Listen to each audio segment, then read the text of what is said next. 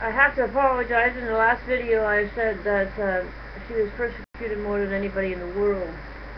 Well, that's not a fact, but I'm sure that as she goes on her journey, this chosen woman of Israel, in Revelation 12 and Micah 5, that she will endure a lot more than she already has. And for her to go to a distant land, she would have to start out in Canada. So Canada will be the place where she is chosen as a child, left here, and equipped by God to do her service as the chosen woman of Israel. She's like Moses. You know, Moses in his day, when he was taken into the river in a basket and taken into a kingdom, and then he was brought down to where he would uphold against the government in that day and lead the captives out of captivity, take them to where God promised them they would be, to the promised land. God did everything and to the utmost to prepare the way.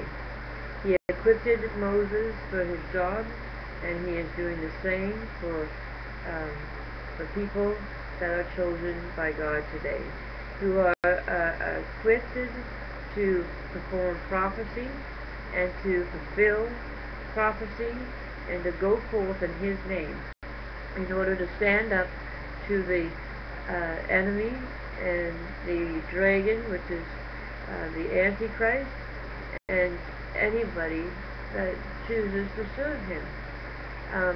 We don't fight against flesh and blood, but we fight against principalities and powers and things of the air. So that means that we, as Christians, and who overcome each obstacle in our lives, as we overcome, we have been judged by God and have the right to judge. If you have overcome and you've been judged by God, you can overcome the enemy and put him under your feet. And unfortunately, he works through people. And so we have to stand up to those who are in authority over us. And by the authority invested in us through Jesus Christ, we have authority through him to stand up to those people.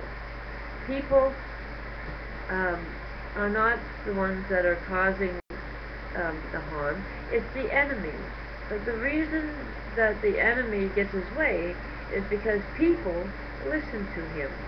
So people are the obstacles that the devil is using. In the Bible, the devil is represented as a serpent, or as a dragon, or as Satan, or the Antichrist.